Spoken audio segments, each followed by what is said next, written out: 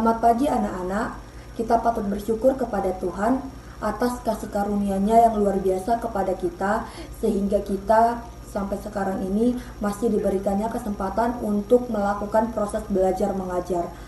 Sebelum kita masuk ke materi, alangkah baiknya kita berdoa terlebih dahulu, berdoa sesuai dengan agama dan kepercayaan kita masing-masing.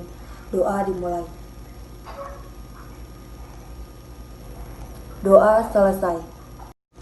Sekarang kita masuk ke bab 2 tentang pengukuran dan besaran yang terdapat pada halaman 25.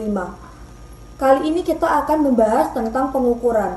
Pada materi ini, kita diharapkan mampu menganalisis cara melakukan pengukuran mistar atau penggaris, jangka sorong, dan mikrometer sekrup. Dan kita diharapkan mampu menghitung pengukuran menggunakan mistar atau penggaris, jangka sorong, dan mikrometer sekrup dengan melihat ketelitian dari setiap alat pengukur tersebut. Sekarang kita masuk pada halaman 27 tentang pengukuran. Pengukuran merupakan proses membandingkan suatu besaran yang diukur menggunakan besaran lain yang sudah ditentukan skala dan satuannya.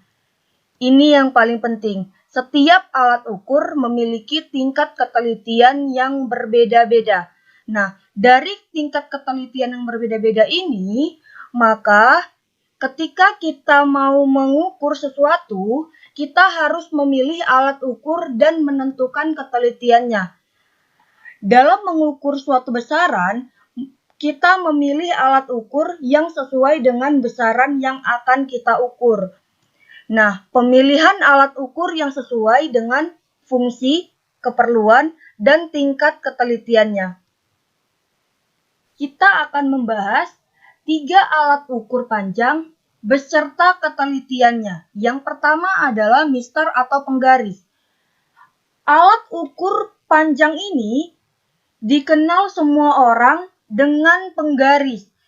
Dan di sini terdapat garis-garis yang memiliki skala ukuran.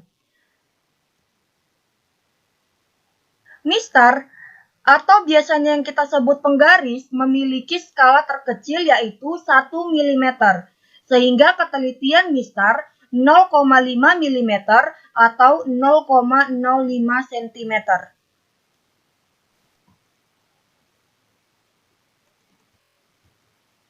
Contoh pengukuran dalam mistar. Di sini ada contoh, ada sebuah penggaris atau mistar yang bakalan kita akan ukur, itu adalah batang. Kita anggap ini batang.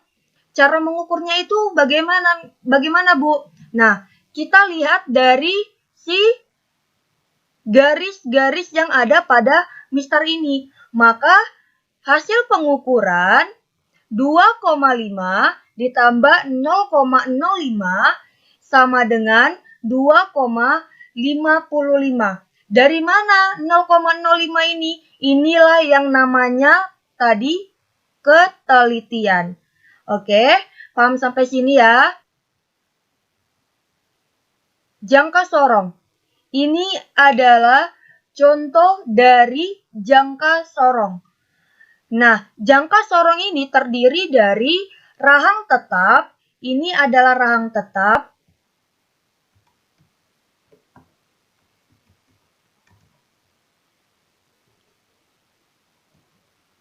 Jangka sorong. Ini adalah contoh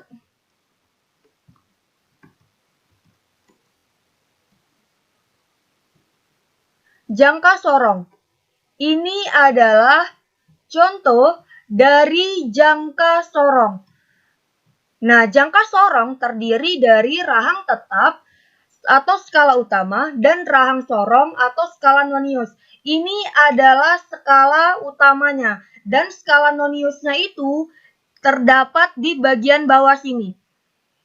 Ini bisa digeser-geser, maka selisih skala utama dengan skala nonius adalah 0,1 mm atau 0,01 cm.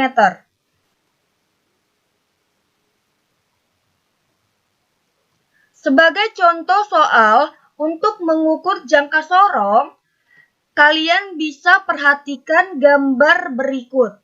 Nah, dari gambar ini kita akan menghitung atau membaca bagaimana caranya mengukur jangka sorong.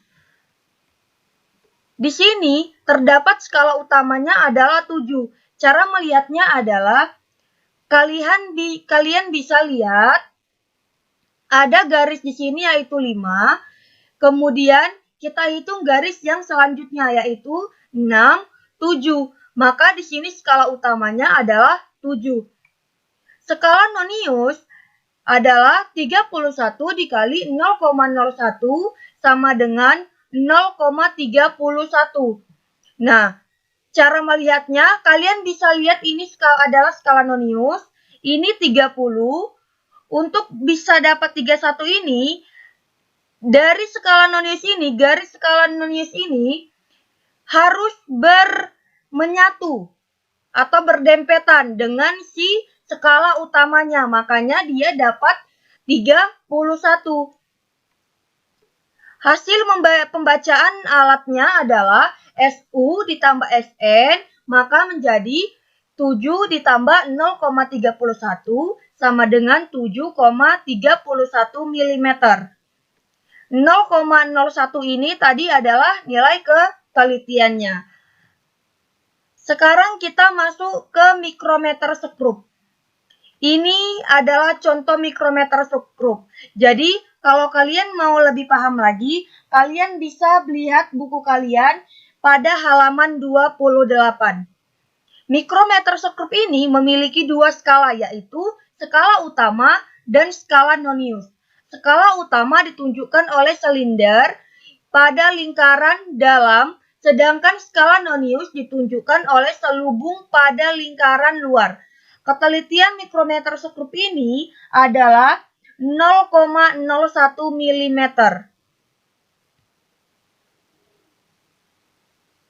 Sebagai contoh soal, pada pengukuran mikrometer sekrup, kalian bisa lihat gambar berikut. Nah, skala utamanya adalah 3,5 mm. Dari mana dapatnya 3,5 mm? Kita lihat di skala utama ini. Skala utamanya adalah 3 dan di bawahnya ada garis tengah yaitu 0,5. Makanya dia dapat 3,5 mm. Nah, skala noniusnya 12 dikali 0,01 sama dengan 0,12 mm. Cara melihatnya, lihat lagi yang garis yang menyatu dengan skala utamanya. Di sini ada 10. Garisnya di sini ada 10. Kemudian garis yang kecil ini adalah 11. Dan ini adalah 12. Hasil pembacaannya adalah SU ditambah SN sama dengan 3,5 ditambah 0,12 sama dengan 3,62 mm.